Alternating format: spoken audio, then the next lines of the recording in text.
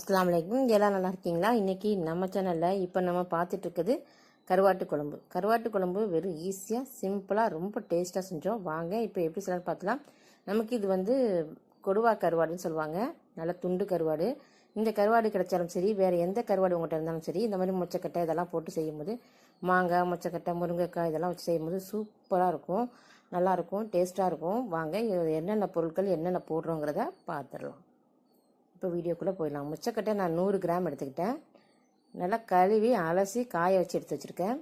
அதை எடுத்து நம்ம ஃபஸ்ட்டு குக்கரில் வேக வச்சிடணும். கொஞ்சம் வறுத்துட்டு தக்காளி 3, வெங்காயம், கத்திரிக்காய் 1/4 கிலோ, முருங்கைக்காய் ஒரு 2 எடுத்திருக்கேன், மல்லி புதினா கீரை வச்சுருக்கேன், நல்லெண்ணெய் எடுத்திருக்கேன், கருவேப்பிலை எடுத்திருக்கேன். அவ்வளோதான். ஒரே ஒரு மாங்காய் எடுத்திருக்கோம். 3 துண்டு கருவாடு எடுத்திருக்கேன். நல்லா இருக்கும், சூப்பராக இருக்கும். நம்ம கருவாட்டு குழம்பு வைக்கும்போது வந்து எல்லாருக்குமே வந்து கருவாட்டு குழம்புங்கிறது பிடிக்கும். யாரும் பிடிக்கலன்னு சொல்ல மாட்டாங்க. ஆனால் கருவாட்டு குழம்பு வைக்கும்போது வந்து அந்த உப்பு மட்டும் போடாதீங்க, ஏன்னா கருவாட்டில் உப்பு இறங்கும். சரியா? இப்போ நம்ம சட்டி குக்கர் வச்சாச்சு. கொஞ்சமாக நல்லெண்ணெய் ஊற்றிட்டு அந்த வச்சுருக்க நம்ம மொச்சக்கட்டை எல்லாத்தையும் வறுத்துருங்க. வறுத்து நல்லா வெடித்து வரும். அந்த நேரத்தில் தண்ணி ஊற்றி ஒரு 3 விசிறு விட்டுருங்க. கொஞ்சமாக உப்பு போட்டுக்குங்க இதுக்கு மட்டும், ஏன்னா நம்ம குழம்புல நம்ம உப்பு போட போகிறது இல்லை. ஒரு 3 விசில் வரட்டும். விசில் வந்து அடங்கட்டும். அதுக்கப்புறம் ஒரு சட்டியில் எண்ணெய் ஊற்றிங்க, நல்லெண்ணெய் ஊற்றிடுங்க. நல்லெண்ணெய் ஊற்றிட்டு வெந்தயம் போட்டு வெடிக்க வச்சுருங்க. நல்லா வெடித்த பிறகு வெங்காயம், சின்ன வெங்காயம் நான் 1 கப் அளவுக்கு நாட்டு வெங்காயம் உரிச்சு வச்சுருக்கேன், அதையும் போட்டு நல்லா வதக்கிட்டேன் எண்ணெயில். அப்புறம் பூண்டு, பச்சை மிளகா 2 பச்சை மிளகா எடுத்துருக்கேன். பூண்டு 1 பூண்டு போல் எடுத்து நல்லா உரிச்சு வச்சுருக்கேன். அதையும் நல்லா எண்ணெயில் போட்டு நல்லா வதக்கிடுங்க.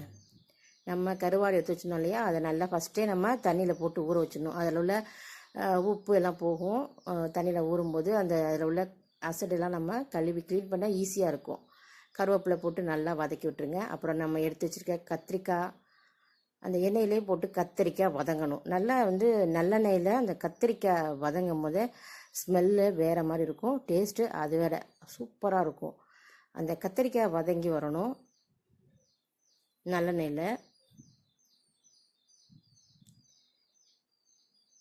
நல்லா வதங்கிருச்சு. இப்போ காய்கறிக்கு தேவையாக இருந்தால் நீங்கள் கொஞ்சமாக உப்பு சேர்த்துக்கலாம். நீங்கள் பார்த்துட்டு கருவாடை போட்டு உப்பு இருக்கா இல்லையான்னு பார்த்துட்டு கூட நீங்கள் லாஸ்ட்டாக சேர்த்துக்கலாம். இப்போ நம்ம முருங்கைக்காய் சேர்க்குறோம். நம்ம சேனலை நீங்கள் ஃபஸ்ட் டைம் பார்க்குறீங்கன்னு சொன்னால் சப்ஸ்கிரைப் பண்ணி வச்சுங்க, பெல்லைக்கனை கிளிக் பண்ணுங்கள், ஆளுங்கிற சிம்பிள் வச்சுங்க, அப்போ தான் உங்களுக்கு நோட்டிஃபிகேஷன் வரும். தக்காளி எடுத்து வச்சு 3 தக்காளியும் கட் பண்ணி போட்டாச்சு. நம்ம சேனல் பேர் டேஸ்டி ஃபுட் ஹாரிஸ் வியூஸ் தான். மறக்காமல் கமெண்ட் பண்ணி ஷேர் பண்ணிடுங்க, லைக் பண்ணிடுங்க.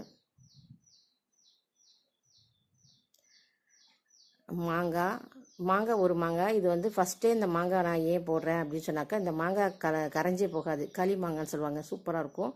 அதனால நான் இந்த மாங்காய் எடுத்துக்கிட்டேன், ஃபஸ்ட்டே போட்டேன். நீங்கள் வேணால் நீங்கள் லாஸ்ட்டாக போட்டுக்குங்க. போட்டோடனே கரைஞ்சி போகிற மாங்காய் இருக்குது. மாங்காவிலே நிறைய வகைகள் இருக்குது. மிளகாத்தூள் 1 ஸ்பூன் போல் நான் சேர்த்துருக்கேன், காரத்துக்கு தகுந்தாற் போல் நீங்கள் சேர்த்துக்கலாம். மல்லித்தூள் ஒரு 4 ஸ்பூன் போல் நான் போட்டு குழம்புக்கு தகுந்தாற் போல் நான் கரைச்சிருக்கேன். தண்ணியில் போட்டு கரைச்சி அதை ஊற்றியாச்சு. அதுக்கப்புறம் நம்ம எடுத்து வச்சுருந்த அந்த வேக வச்சுருந்த அந்த மொச்சக்கட்டை எல்லாத்தையும் எடுத்து நீங்கள் குழம்புல போட்டுடலாம். அந்த தண்ணியை வேஸ்ட் பண்ணாமல் அந்த புளி கரைக்கிற தண்ணியில் நம்ம அந்த வேக வச்ச தண்ணி கூட சேர்த்துக்கலாம். நம்ம கழுவி நல்லா சுத்தம் பண்ணி எடுத்தாச்சு கருவாடு. ஃபஸ்ட்டே நீங்கள் வந்து புளி ஊற வச்சுருந்தீங்கன்னு சொன்னாக்கா, இந்த குழம்பு கரைக்கிற போது அந்த மொச்சக்கொட்டையில் உள்ள தண்ணி, வேக வச்ச தண்ணி கூட நீங்கள் சேர்த்துக்கலாம். இப்போ கருவாடையும் நம்ம அதை கொதி வந்துட்டுருக்கு, அதில் நம்ம கருவாடை சேர்த்தாச்சு. ஏன்னா இந்த கருவாடு வந்து கரைஞ்சி போகாது, ஃபஸ்ட்டே சேர்க்கலாம், எண்ணெயில் கூட வதக்கலாம். ஏன்னா இப்படியும் கூட நீங்கள் சேர்க்கலாம், நல்லாயிருக்கும், வாசனையே சூப்பராக இருக்கும், டேஸ்ட்டு வேறு லெவலாக இருக்கும். புளி வந்து ஒரு கையளவுக்கு எடுத்து நல்லா கரைச்சி ஊற்றுருங்க. ஏன்னா புளிப்பு, இனிப்பு, உப்பு, காரம் எல்லாமே இருந்தால் தான் இந்த கருவாட்டு குழம்பு சூப்பராக வேறு லெவலாக இருக்கும். இதே போல் நம்ம சேனலில் அடிக்கடி வந்துகிட்டே இருக்கும். டிஸ்கவுண்ட் பார்த்து பயன்பெறுங்க. தேங்க்ஸ் ஃபார் வாட்சிங்.